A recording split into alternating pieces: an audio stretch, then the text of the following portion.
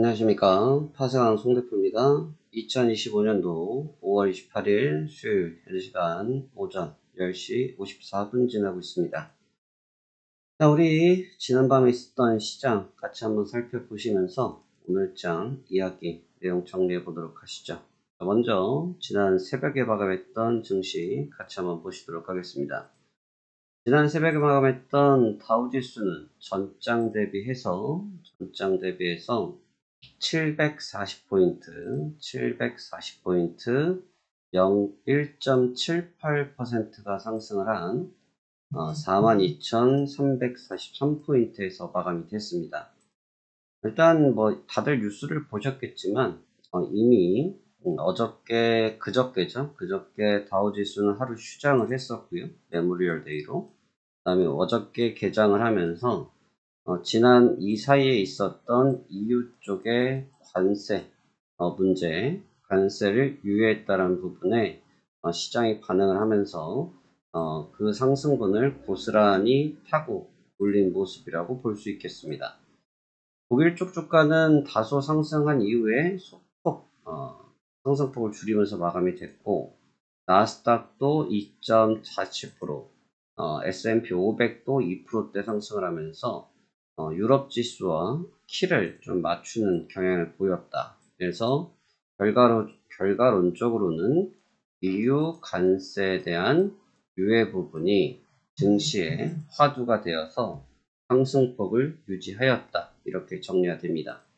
주가의 움직임을 보시면 변동성은 없었습니다. 변동성이 없었다는 게 무슨 말이냐면 그냥 올라와 놓고 그대로 끝이 났습니다. 그리고 그 시세가 현재 상태에서 유지가 되고 있는데, 일단 시장의 탄력을 좀 유지할 수 있었던 이유는 몇몇 가지가 있는데, 일단 가장 대표적으로 이미 지난달에 밝혔던 일론 머스크가 다시 테슬라 산업의 사업에 집중하겠다라고 언급을 한번 다시 해줬던 부분이 주가에 강한 상승폭을 이끌어낼 수 있는 화두가 되었습니다.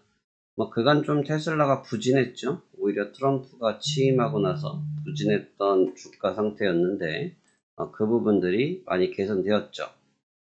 그래서 지금 일론 머스크가 지금 복귀하는 측면이 시장에는 화두가 되고 있긴 한데, 원체 트럼프 대통령이 당선되고 나서 좋지 못했던 테슬라가 이제 일론 머스크의 복귀로 어느 정도의 힘을 발휘할지는 우리가 한번 주목을 해볼 필요가 있을 것 같습니다.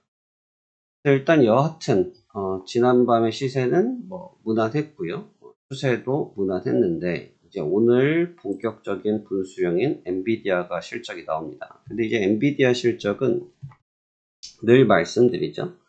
엔비디아 실적은 볼 게 사실 없어요. 네. 마진율이 줄어들 확률은 거의 없고요. 마진율이 줄어들 확률은 거의 없고, 사실 결말도 대략 예측이 됩니다. 근데 이제 엔비디아 실적 발표가 내일 아침 우리나라 시간으로 새벽에 나오는데, 얘네 실적이 왜 중요하게 되냐면 지금은 좀 중요하죠. 아시겠지만 엔비디아 같은 경우는 사실 중국과의 관세 이슈에서 가장 영향을 많이 받았어요. 왜 그러냐면 이 지금 엔비디아 쪽으로 보시면 검색만 해보셔도 나옵니다. 미국에서 AI 칩의 수출을 제한을 했죠. 그래서 사실 가장 수익률이 좋은 AI 칩에 대해서 수출할 수가 없는 상태가 되어 있어요. 그러다 보니까 이 규제를 피해서 저가용으로 만들어서 돌리고 있다 하는데, 사실 이게 관세 분쟁 때도 이슈가 있었죠. 싱가폴로 우회해서 팔았니? 이런 얘기가 있었는데, 여하튼 이 관세 분쟁 때문에 사실 중국이 또 이제 큰 산업체다 보니까, 큰 나라다 보니까 그 부분 때문에 엔비디아 쪽이 사실 매출이 조금 처질 가능성도 있다고 볼 수도 있거든요. 근데 이제 그렇게 되면 어떤 현상이 생길 수 있느냐라고 하면, 이 지금까지 나와 있던 사실 경제 데이터를 좀 보시면 어저께 경제 지표가 뭐가 있었냐면요. 어제 내구재가 있었어요. 어제 내구재가 있었는데 뭐 쏘쏘했습니다. 상대적으로 조금 개선이 되는 모습을 줬어요. 근데 이제 이 지표가 왜 소비지수랑 영향을 줬냐면 지금 미중 간의 이슈가 생기면서 중간에 타협을 하긴 했지만 가장 큰 이슈가 됐던 것이 뭐냐면 핵심이 뭡니까? 이게 결국 인플레이션 우려가 되고 주요 생산품들, 주요 소비 품목들을 지금 갖고 오지 못하는 상태가 되는 게 문제가 됐었죠. 그러다 보니까 소비 심리가 좀 둔화되는 현상이 생겼어요. 하지만 그것을 트럼프 대통령이 정책적 발언으로 돌파를 하고 극복을 하고 있었죠. 하지만 실물 인플레이션에 대한 압박이 계속 커서 연준이랑 충돌이 있었던 상태란 말이에요.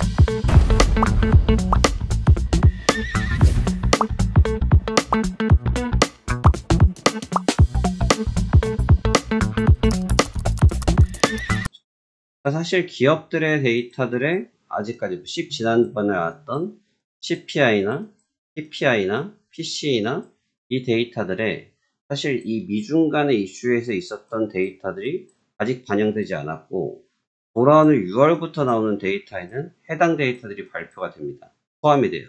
중국 관련 데이터가 포함이 됩니다. 이제 이 데이터가 포함이 될 건데 이제 가장 선두주자이자 핵심 타겟팅이 됐던 엔비디아가 그 자료에 노출이 되어 있는 상태란 말이죠. 그럼 이제 엔비디아 입장에서는 만약에 대중국 수출에 대해서 이 부분이 빠진 비중이 커서 매출이 이게 손익비가 떨어질 확률은 없는데 매출액이 소폭 둔화된 증상을 보이면 어떤 현상이 생길 수 있냐면 투자자들이 극심하게 반발을 할 수 있어요. 무슨 반발을 할 수 있냐면 이거에 대한 연장선을 볼 수 있는 거죠. 왜냐하면 미국과 중국이 합의가 된 게 아니고 90일 유예를 쳤기 때문에 이게 언제든지 흔히 말해서 빠그라질 수 있는 상태가 되는 거겠죠. 그러면 엔비디아 입장에서 그 상황이 된다고 하면 사실 향후 실적 데이터가 조금이라도 떨어질 수 있는 기미를 보인다고 할 수 있거든요. 그렇기 때문에 사실 엔비디아 쪽에서도 그런 부분들을 막기 위해서 규제를 피하는 저가형 블랙웰을 출시 예정 이런 식으로 내용을 냈던 이유 중에 하나가 이미 어느 정도의 그 부분에 반영이 돼 있을 수 있다는 뜻이 될 수 있는데 이게 주가가 만약에 안 좋았던 상태에서 실적을 막상 까봤는데 별로 크게 데미지 없었다 하면 오히려 안도감이 될 수 있는데 지금 시세를 바닥에서 들어 올려놓은 상태인데 여기서 자칫 실적이 깨져버리기라도 하면 실망 매물이 급속도로 터져나올 확률이 높다는 거죠. 그래서 그 부분을 좀 조심해야 됩니다. 그래서 내일 새벽이 아주 큰 분수령이 될 것 같고요. 그 부분이 증시 전체를 좌지우지할 가능성이 높아요. 그러다 보니까 어제 같은 경우도 사실 새벽 3시 이후에 시세가 딱 끊겼어요. 왜 끊겼냐면 이 새벽 3시까지 시세는 사실 전전거래일에 휴장했던 부분에 있어서 이유 쪽 데이터가 그냥 들어온 거거든요. 이유 쪽 데이터가 들어오고 나서 그냥 쉬어버렸는 상태. 여기서부터는 간만권이란 말이죠. 간만권으로 넘어가면서 주가를 저울질하기 시작했다. 이렇게 보셔야 되는데 그 점을 우리가 염두에서 봤을 때 볼 수 있는 측면은 과연 무엇일까? 결국은 주가의 차익 실현 가능성은 여전히 열려있는 상태다라고 조심스럽게 예측이 된다는 거죠. 전체적인 뷰가 이해되시겠죠? 전체적으로 그러한 좀 뷰를 갖고 있기 때문에 지금 상태에서 이게 순조로운 상태라고 보긴 좀 어렵다. 순조롭긴 어렵다. 그래서 한번 뚜껑은 열어봐야 된다. 하지만 다행스러운 것은 국채가 좀 진정되고 있어요. 국채가 좀 진정됐습니다. 이게 왜 진정됐냐? 어제 이제 일본에서 30년물을 건들기 시작했습니다. 30년물을 건들기 시작했어요. 왜냐하면 이 저금리인 일본 자금을 통해서 그 자금이 미국 쪽으로 들어오고 우리나라로 들어오고 이런 과정을 우리가 보통 얘기를 하는데 일본 정부가 장기국채 금리를 진정하기 위해서 국채를 발행하겠다라는 내용을 밝혔어요. 사실 이제 주가가 지금 자리에서 굉장히 흔히 말해서 좀 아리까리할 수밖에 없었던 이유 중에 하나는 또 뭐냐면 이 국채가 너무 내달리다 보니까 쉽게 손이 나가지가 않는 거죠. 이 정도로 내달린 상태가 되면 이게 장기적으로 봤을 때 주가의 부하가 분명히 올 수밖에 없는 구조거든요. 근데 그나마 지금 일본 쪽의 발언 때문에 미국 국채의 장기채들이 대부분 진정세를 좀 보였습니다. 하지만 여전히 반발력이 좀 있다 보니까 튀어 오르는 증상들이 아직은 남아있긴 하지만 다소 진정된 측면이 있다. 그래서 그 부분을 놓고 봤을 때 국채 안정세를 통해서 향후 증시를 컨트롤하는데 좀 수월해지지 않겠느냐 이렇게 보여지는 측면도 있습니다. 결과적으로는 어제장은 EU 쪽 시장의 데이터들이 그냥 그대로 유입돼서 마무리가 됐지만 결국 오늘 기다리고 있는 엔비디아라든지 실적 발표에 시장의 민감도는 아주 높게 대기할 것이고, 오늘 또 뭐가 있다고 말씀드렸죠? 결국 FOMC 의사록이 나옵니다. FOMC 의사록이 좀 두렵다고 말씀드렸죠. 그래서 FOMC 의사록이 왜 두렵다?